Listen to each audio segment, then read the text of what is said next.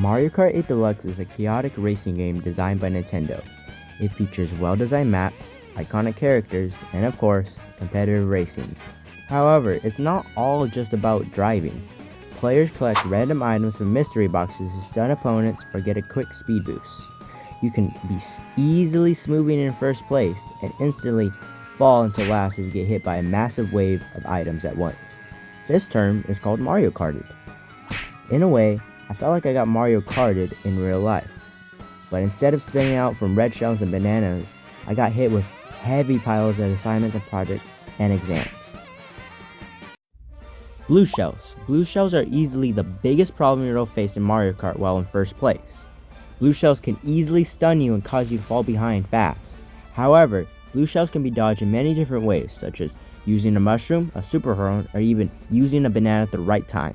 Dodging a blue shell requires exploring multiple possibilities before settling on one true solution.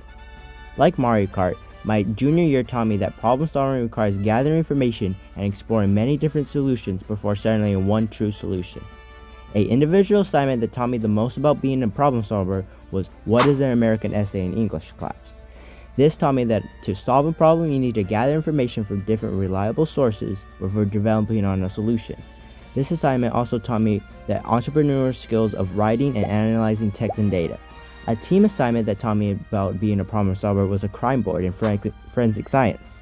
We had to gather information and evidence to understand why professionals solve that case. The skills I learned from this was analyzing text and data and experimenting with the visuals on our infographic. In summary, writing What is an American Essay was like finding a way to dodge a blue shell on my own. In contrast, doing the crime board project was like watching a competitive Mario Kart player uniquely dodging a blue shell in a different way I'd never seen before. Using your items responsibly is key to winning in Mario Kart. Knowing when it's the right time to use your shell for offense and when it's the right time to use it for defense can easily determine whether you secure first place or completely fall apart in the race. Similar to Mario Kart, I learned that a digital literate citizen is someone who uses technology responsible while also understanding that technology shapes the way the people think. An assignment that taught me to be a digital literate citizen was the Innocent Project in forensic science. I had to research information about someone who was wrongfully convicted of a crime and make an infographic about it. Through this, I practiced thinking visually and analyzing text and data. The Innocent Project taught me that media heavily shapes the way people think about an individual. A team assignment where I applied a digital literate skills was my mind map project in history class. We had to responsibly learn how to use and navigate Google Mind Maps, and in this assignment we worked in teams and gave feedback on other people's maps. In conclusion, the Innocent Project was like protecting yourself from an incoming shell. On the other hand, the Mind Maps project was like playing Mario Kart in team mode, telling my teammates what items I had and using them correctly to help the group win. Mario Kart requires players to fastly adapt during races. Most tracks features anti-gravity, water, and gliding sections. These mechanics in the game changes how your car performs during a race. For example, the anti-gravity section has less friction, meaning you have to be careful while drifting. In my junior year, I learned that an adapter learner is someone who uses the information given to make needed adjustments.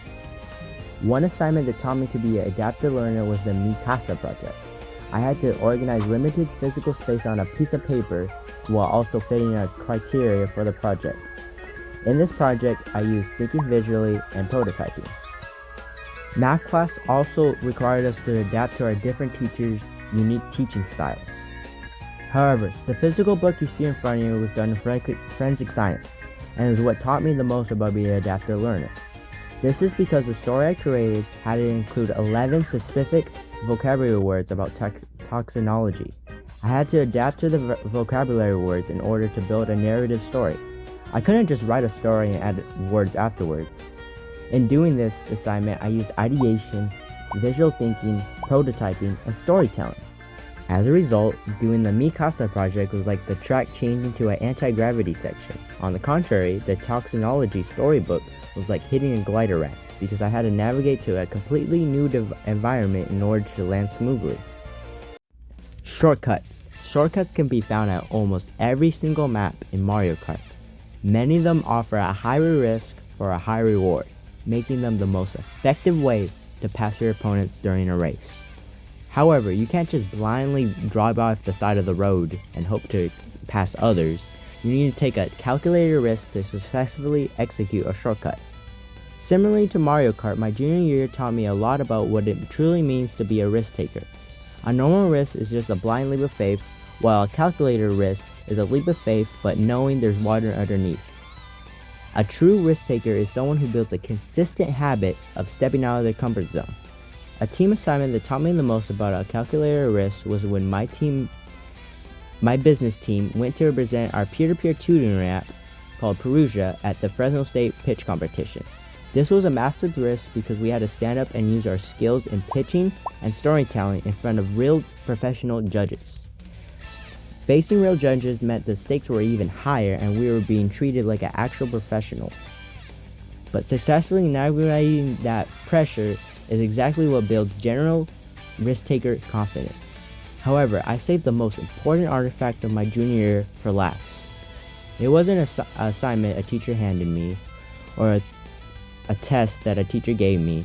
It was a choice I made.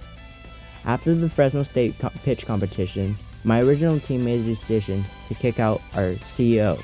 I personally didn't agree with that choice and felt that it was wrong. For an entire week, I struggled with the stressful decision.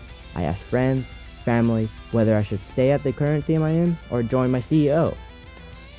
For an entire week, I struggled with the successful decision, and I finally came to a conclusion and chose to take the risk.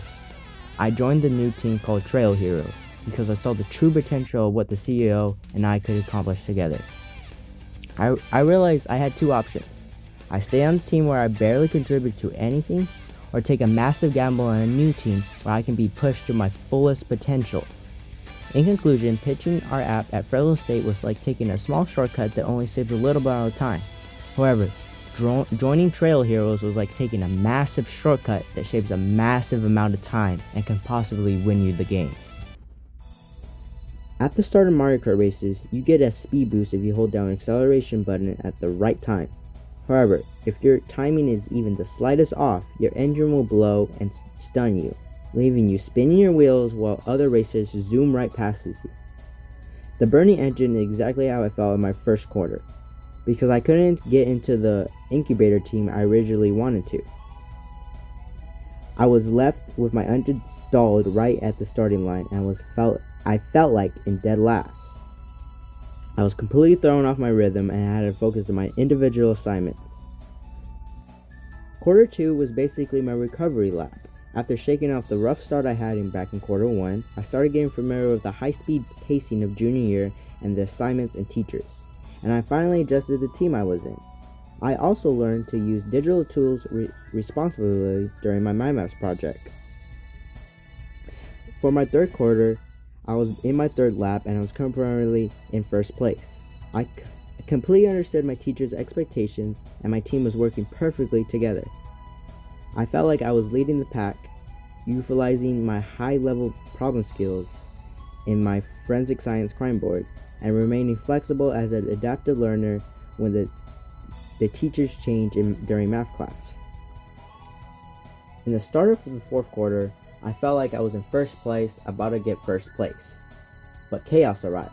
I felt like I got hit by a red shell after a red shell, by a lightning bolt, and a banana all at once. I was hit with immense assignment stress, exams, and to top it off, team drama. And I hate drama. My team decided to kick off our former CEO, and I later joined my former CEO. So as of right now, I feel like I'm taking a massive gap shortcut to finish the race strong.